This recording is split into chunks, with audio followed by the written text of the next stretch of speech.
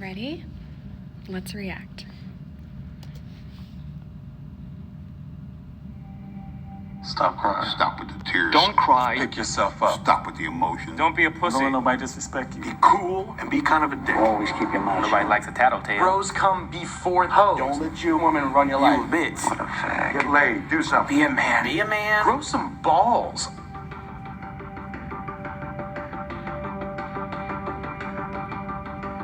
The three most destructive words that every man receives when he's a boy is when he's told to be a man. We've constructed an idea of masculinity in the United States that doesn't give young boys a way to feel secure in their masculinity, so we make them go prove it all the time. Within their peer group culture, each of them is posturing based on how the other boys are posturing, and what they end up missing is what they each really want, which is just that closeness. In good times, guys are like really close to each other, but when things get a little bit worse, you're on your own. From middle school, I had 4 really close friends. Once I kind of went into high school, I struggle finding people I can talk to because I feel like I'm not supposed to get help. Our kids get up every morning. They have to prepare their mask for how they're going to walk to school. A lot of our students don't know how to take the mask off. What is it you don't let people see? Almost 90% of you have pain and anger on the back of that paper. If you never cry, then you have all these feelings stuffed up inside of you, and then you can't get them out. They really buy into a culture that doesn't value what we've feminized. If we're in a culture that doesn't value caring, doesn't value relationships, doesn't value empathy, you are going to have boys and girls, men and women go crazy. I had anger issues in high school. I felt like an outcast. I've been suspended at least once every year I was here. We would just look for trouble and just like try to fight. Boys are more likely to act out. They're more likely to become aggressive. Most people miss that as depression, or see it as a conduct disorder, or just a bad kid. I felt like just giving up on life. You know, I actually had suicide thoughts in my head at 6th grade. I felt alone for a long time, and I actually thought about killing myself. Whether it's homicidal violence or suicidal violence, people resort to such desperate behavior only when they are feeling shamed and humiliated, or feel they would be if they didn't prove that they were real men. If you're told from day one, don't let nobody disrespect you, and this is the way you handle it as a man, respect is linked to violence. If I can man up, why step down from that? You feel me? It's like instinct. So man up! Man up. Man up! Man up. Awesome fucking ball! Act like a Be man! a man. Be a man! For my kids, I was going to end this hyper-masculine narrative here.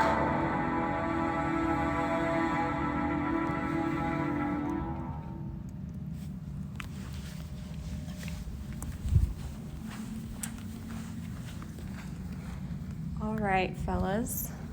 So we've got Alpha Tau Omega here and East Texas Crisis Center folks here, and we are going to discuss what we just saw. It's pretty heavy. So I just want to open the floor to everybody, and what were your initial responses or thoughts or comments? I'll go ahead and start. So like as an adult and a man growing up, I feel like most of the things that they said in the video was very true. I feel like as men, we're forced to be like have like kind of like another persona, to be like someone that we're not, that kind of stuff. Like we're expected to be like that, and it is kind of sad. And yeah, that's all I have to say. Yeah, thanks, Lawrence.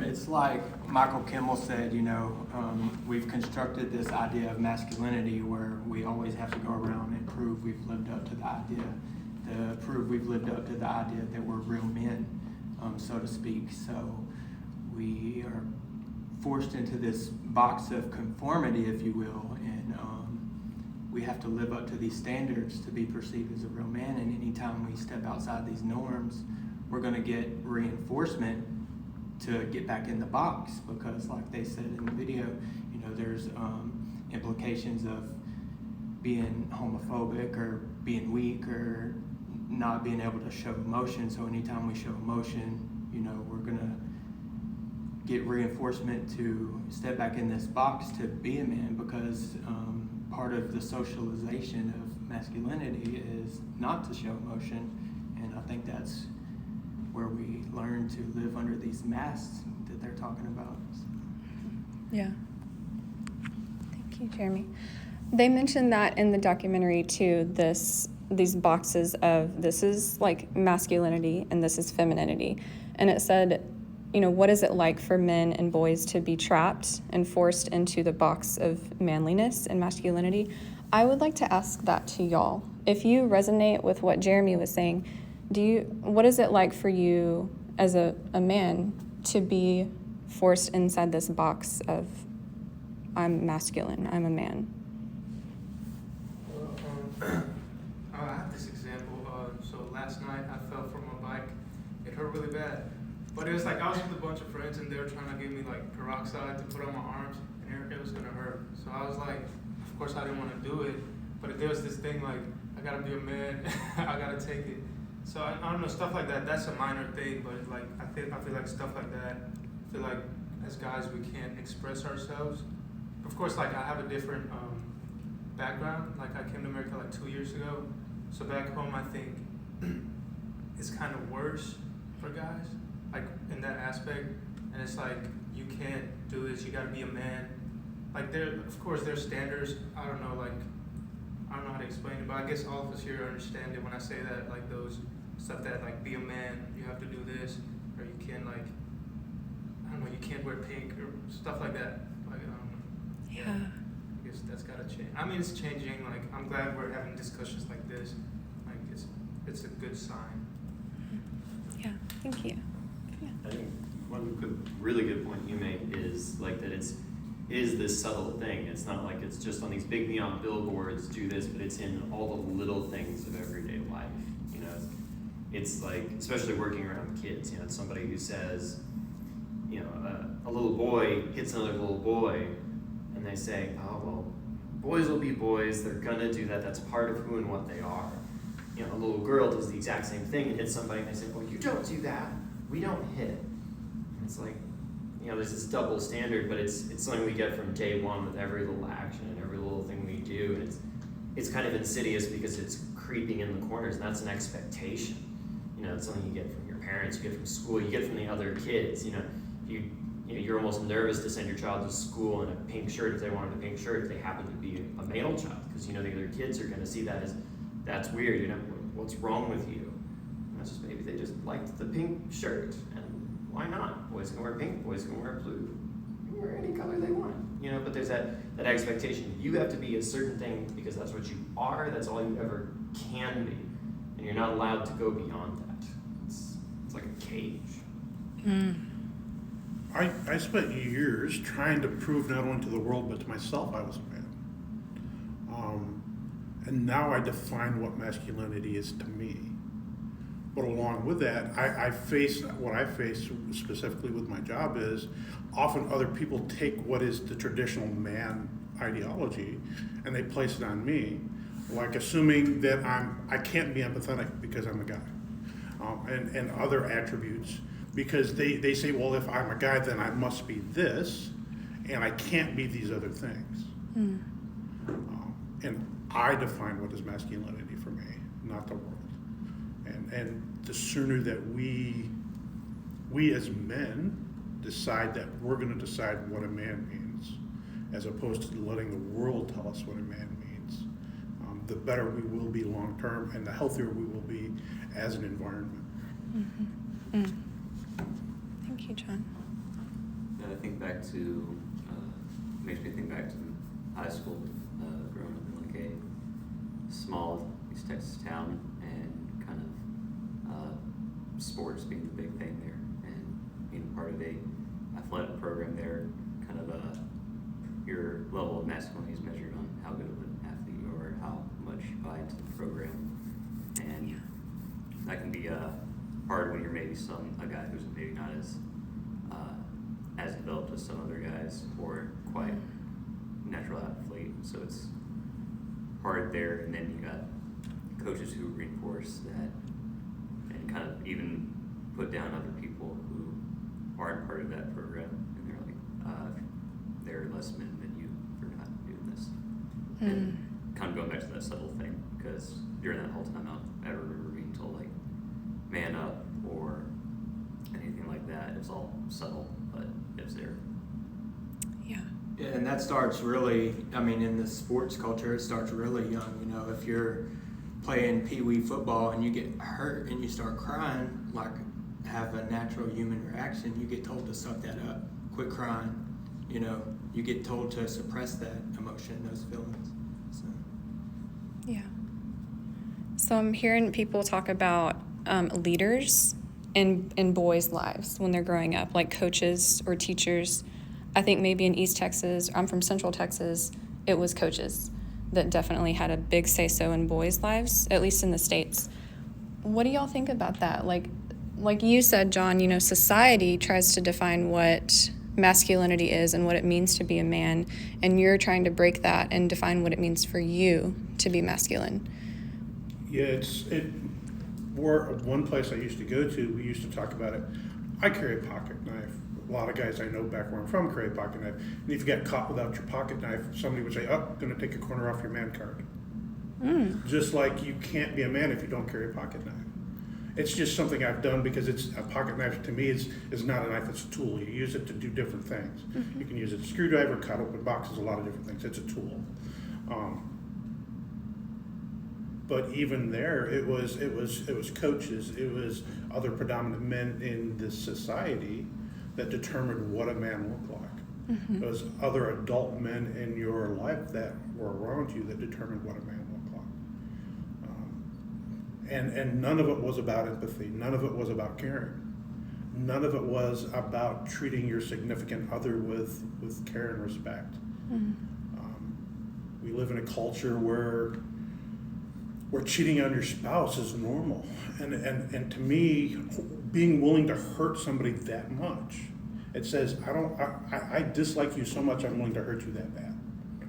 And we live in a culture that for a man to hurt somebody else, it's acceptable behavior. Because you're men, you're expected to hurt somebody else. As a man, when is it going to be cool to love someone else?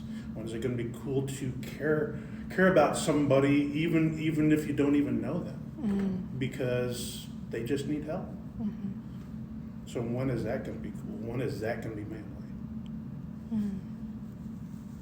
If I could speak on kind of my experience I was a basketball player in high school, and that was one of my big passions. I kind of had a little bit different perspective than it seems a lot of people have had with their coaches.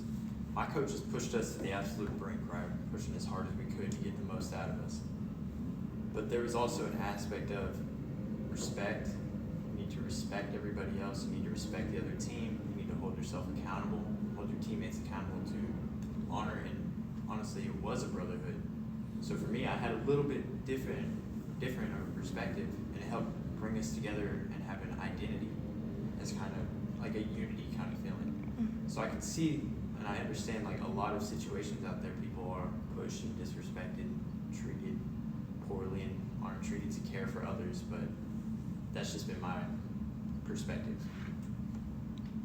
Speaking on the coaches thing, I played travel baseball since I was, could walk basically.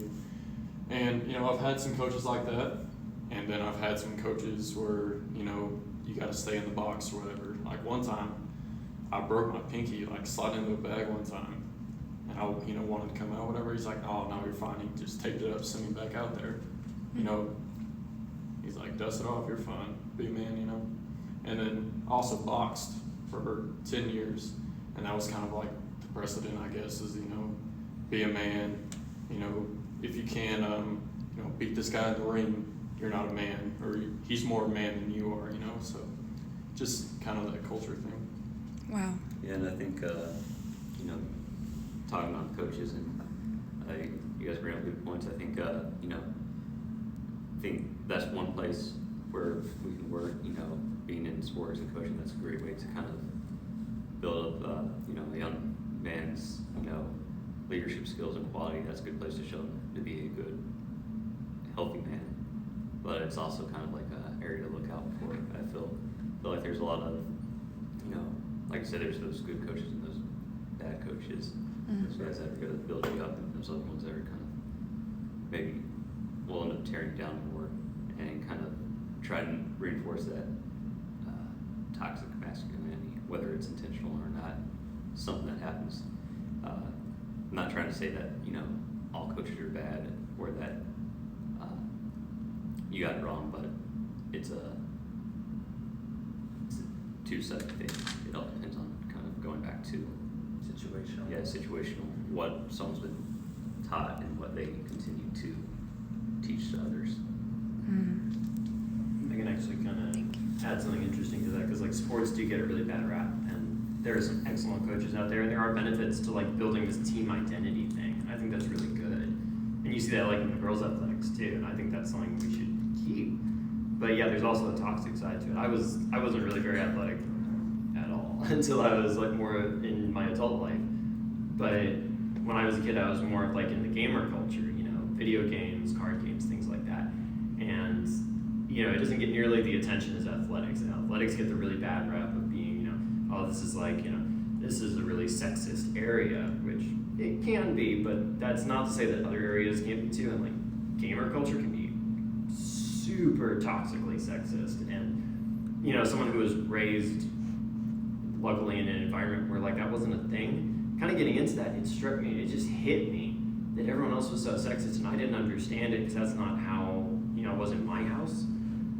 But there was this idea that like, you know, oh, if there's a girl gamer, oh, well, she's fake, she can't possibly understand. Do you even know what this is? You know, that real condescending stuff. I'm just sitting there going like I'm seeing this from the outside kind of, and I'm like, what is, like I'm seeing it's like this really dysfunctional attitude, and I'm just, it boggles my mind even today, and it's a little more common to see female gamers today, but still it's the exception rather than the rule. You know, and you know, mechanically in our brains we're all pretty much the same with very minimal difference, and so I feel like, yeah, we've definitely kept out a lot of people who are interested in the same things as us, because you know, I go to, you know, an event or a tournament and there are 800 people there and maybe 10 of the players are women or girls, and it's like, okay, this cannot be that men are just better at thinking things. You know, it's like, what have we done? You know, I feel like, you know, I'm inadvertently part of this thing that we're keeping people out or keeping people down, and I feel like as a man or as a human, you know, I want this to be better. I want to leave a better legacy to my kids. You know, if I have kids, whether they're male or female, I want them just to see other people as people. You know, I want to see it where one day I can walk in and, you know, if my kids go to an event or they go to a sports event, it's going to be just like our population. It's going to be male, it's going to be female, whatever. You know, we're just people and we're all together because we enjoy being together, not because we have to be together separate from other people. You know, this isn't like a guys only thing. You know, this is just a people thing. We're all here because we love it and enjoy it. We're passionate about it. And we also live in a culture where we have boxes inside of boxes, depending on the society that you're in, depending on the culture you're in, depending on even the job field you're in. The definition of a man can shrink drastically. I went from as a 17-year-old kid to Fort Benning, Georgia. And once you're in the military, your box of what's defined as a man shrinks immensely of what's determined to be a man. And then even inside the Army, you have everybody else, and then you have the ones that go to combat. You know, you have the support units, and then you got the people, you know, and they keep shrinking down into what's defined as a real man. And you even have that in law enforcement. You have that in professional sports teams, where if you're not part of this group, then we're really the men, but everybody else really isn't. And as a culture, we do that. And I even see that on the other side for women specifically, in the area of, well, you're a housewife. Why would you want to be a housewife? You can't possibly be a woman if that's all you're doing, right? And so we're even doing that as a society on the other side now, starting to paint a picture of, you know, for both men and women, what it means to be a successful man, what it means to be a successful woman, and what those traits are. Ooh, lots of good comments, guys. We are nearing the kind of closing, but we've still got a few minutes to go. Let's do another 10, 12 minutes. I would love to start talking about, let's getting into how this relates to Domestic Violence Awareness Month. And something that we don't talk about a lot, but we're about to right now, is that this documentary was made about 5 years ago. And the statistics that they shared was that 93% of young boys are exposed to internet pornography. And it said that almost 20% of boys have seen rape porn or rape online. And from that increases a man's acceptance of sexual aggression and the myth that women want to be raped by 31%. What are your thoughts? Well, I think it has a lot to do with how, when we're younger, we're taught to perceive women as objects of our sexual desire. And it's in media, it's in music culture, it's everywhere. And I think that once you perceive someone as an object, you no longer perceive them as a human, so you can remove all emotional connection to them. And so as far as pornography goes, I think it reiterates that detachment from the human, because you're watching it on a screen. There's no physical connection, or it's just reinforcing that idea that women are objects. And so I think that the way we learn to perceive women, I know when I was younger, me and my friends, we always had, posters of whoever the female at the time was, Janet Jackson, Paula Abdul, Cindy Crawford was a model, like all these women that we just glorified because we seen them as sex objects. And so I think our perception of women, the way we learn to perceive women, has a lot to do with it. Yeah. If I can speak to the more college population, because we've got Alpha Chi Omega here, we know that college women are twice as more likely to be raped on campus than they are robbed.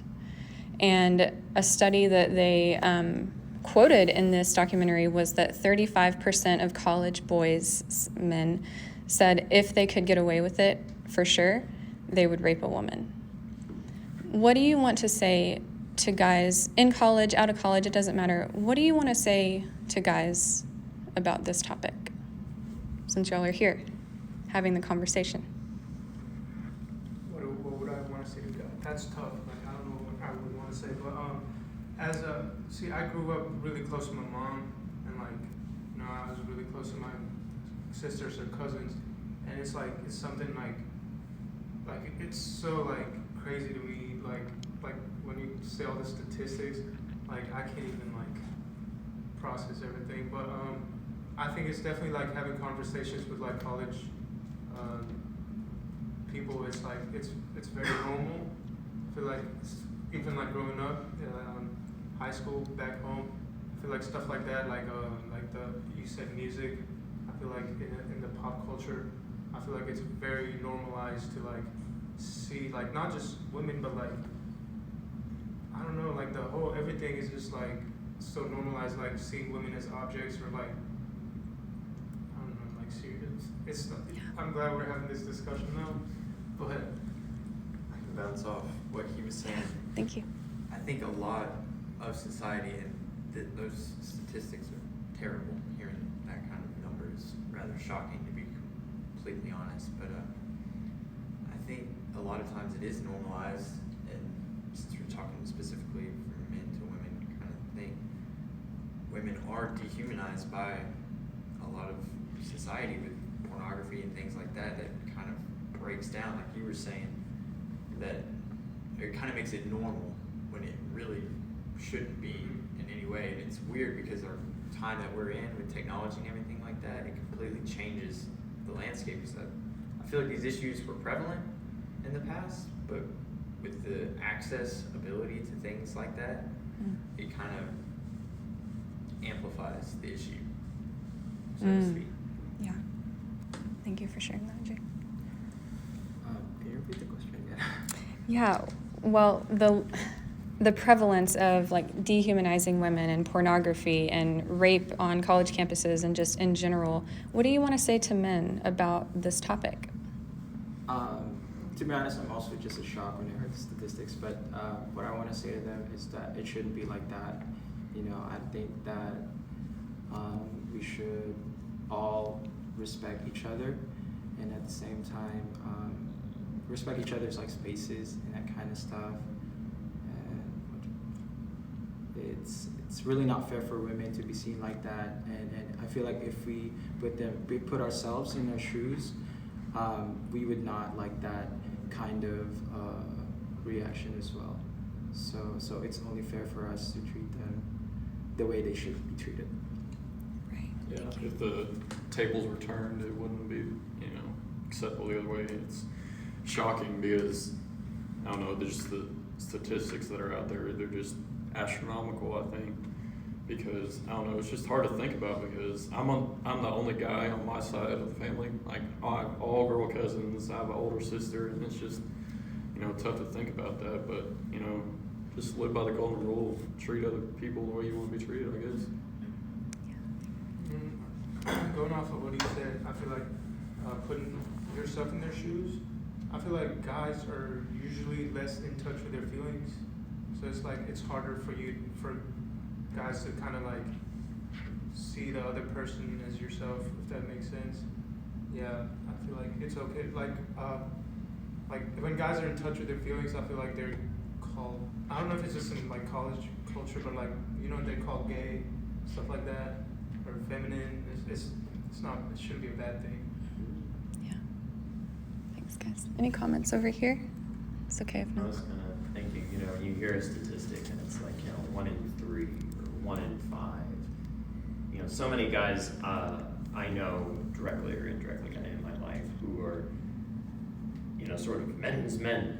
They're very protective of their daughter or their wife. And boy, if anybody did even look crossways at them, it would be a point of honor to like, they'd be like threatening violence on that person. And, we can debate the rightness or wrongness of retaliation or anything like that, but, then when they're doing it to somebody else, like, it's sort of fine. And I think about, okay, you got 1 in 5, 1 in 3, 1 in 4, for various offenses against women, and you think to yourself, think of the women in your life who you would feel defensive of. A daughter, a cousin, a sister, your mother, your grandmother. You think about all those people, if you can think of that many people, one of them has had it happen. It's happened to them. And knowing women in my life who have had things happen to them and they've felt comfortable enough sharing it with me, they don't share it with everybody. Sometimes even their own siblings, they don't feel like it's safe or they can't, or they don't want to upset the family because it came from someone else in the family. And so you may have someone in your life, a woman who has had that happen to her, and you don't even know that. And it's like, so you think about that, it's like maybe, you think about maybe this is one of your younger female, let's say it's like a 10-year-old cousin, you think about some guy holding her against her will, scared, isolated, like in a bathroom or something, somewhere terrifying, there's no safety. And now think about what if that guy is you? That's what I would say to any guy who's thinking about that. Because that is somebody's little girl. And if you do that, you're that guy. And you're better than that. I think you can't be. Thank you, James. I think it's important. For me, one thing that I do, we're taught at an early age that women and girls are really for our enjoyment in the culture of men in the society. And what I personally do is when I meet a woman or when I start working with them or whatever the case might be, I decide in my mind, am I going to treat them like a sister or am I going to treat them like a mother? And that's how I work the relationship. For me, not only does it keep my mind and my heart say if it keeps them safe. Because I would never want to hurt anyone the way that I've seen other people hurt, the way I've been hurt. And so for me, it's important for me to put them on a pedestal, to say. And the idea that I treat them like my mom, or I treat them like my sister, right? A friend of mine in New York, she calls me her little brother, and I call her my little sister. I don't know how the age thing works, but that's just how we are. We're good friends, and she's walking through a rough time right now because of what another man has done to her, right? And so for me, that's painful for me, because I do look at her as another human being, as somebody that I care about. And so somebody else was willing to hurt her. I never want to be that somebody else to anybody.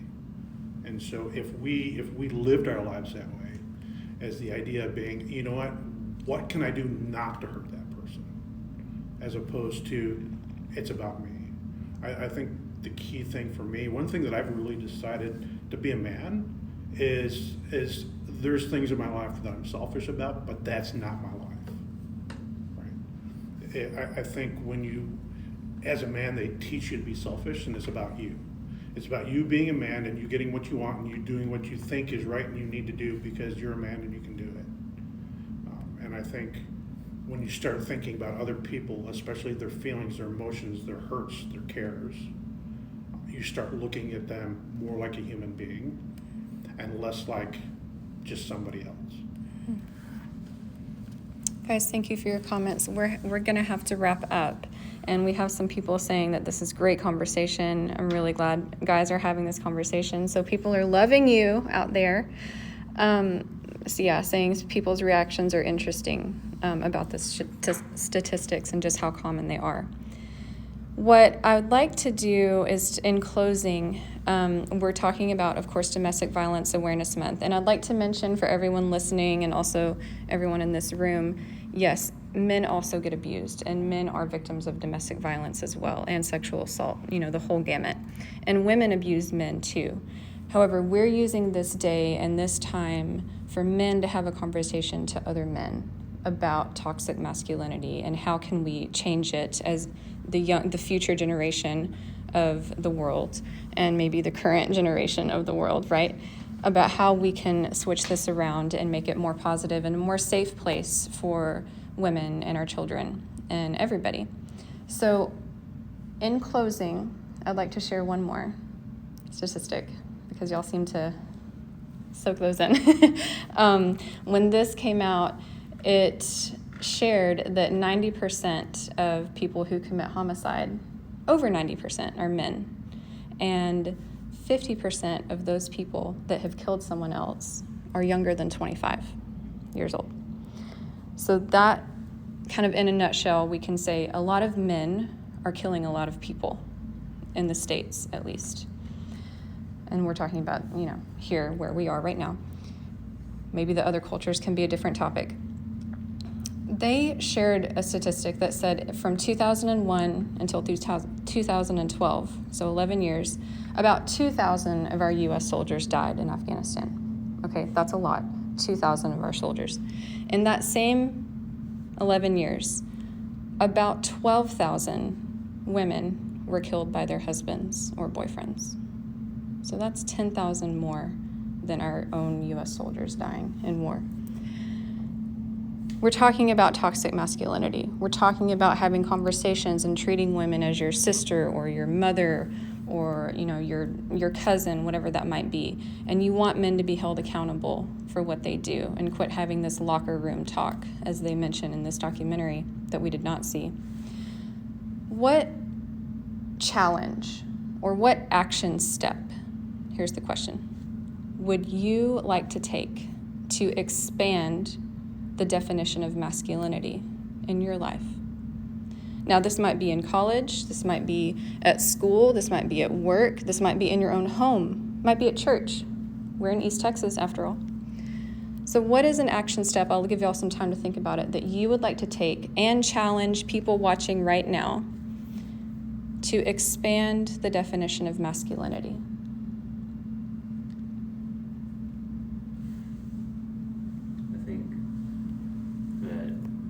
instead of being someone, changing it where, masculinity is someone who is able to hide their emotions, keep them in, instead change it to where being masculine would be healthily expressing those emotions.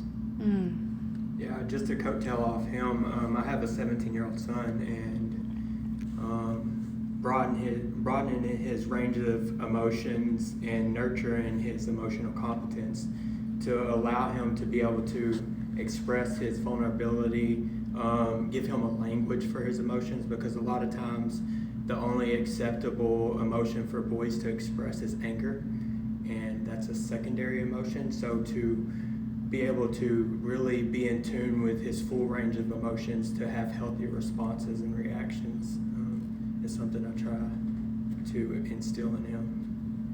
And I would challenge other people to be more in touch and learn their emotions as well. I think for me, the idea, and still the idea that it's sort of a Brene Brown thing. The idea is if you think you disrespected me, if you're not part of my group, if you're not part of my people that actually care about me and input into my life, then your opinion of me doesn't matter. I don't have to prove to any other man in the world that I'm a man. I only have to prove it to myself. And I have to be able to accept the man that I've become. And so understand that if Fred, George, Hank, whoever it is, doesn't think I'm a man because I let him disrespect me, maybe I don't really care what Fred, George, Hank's opinion of me is. And so I think if we could walk through life a little less caring about other people's opinion about ourselves and more worried about our opinion of ourselves, then we would be healthier individually, and the world would be healthier because we're not listening to the nonsense of the world. Thank you, John. I think I would challenge any person that masculinity and femininity should be synonymous with humanity, just being a good human, being kind. There's this, especially in male culture, there's this thing about, you have to be strong, or you have to be strong constantly. Strength isn't just about, the ability to, put your will on someone else. How much power do you have that you can deal out to someone or something? I think it's even harder to choose not to. How hard can I hit this? I mean, a rock can fall and smash it. That's not, am I as strong as just a dead rock? My power is my ability to restrain my strength. That's what makes me strong. If I'm angry, it's the power to not say something mean to someone or physically hurt them. It's the ability to walk away. If someone challenges who or what I am in any way, if they challenge my sexual identity, if they challenge my strength or my worthiness, it's my ability to show compassion to that person despite how they're treating me, or at the very least to walk away, not to perpetuate it, not to let them control or dictate who and what I am. And I think that goes the other way too, for the toxic concept of, a woman can only be this. It's, you just can be you. There are, nearly like 7.5 billion people on Earth. I don't think it should just be you're either a man or a woman, and these are the only two things you can be, and we already can tell you exactly what those are supposed to be. I want there to be 7.5 billion things that a human is okay to be. And they're all amazing, and I'm totally okay with being what I am, and I want you to be okay with who you are, whatever that may be. Thank you, James. So, adding to what he said, actually, first thing that came to my mind is that don't be someone you're not. Just be yourself. You're allowed to express your emotions, and whoever judges you for that, like what Mr. John said, don't care. You're just being yourself, and it'll make your life happier and better.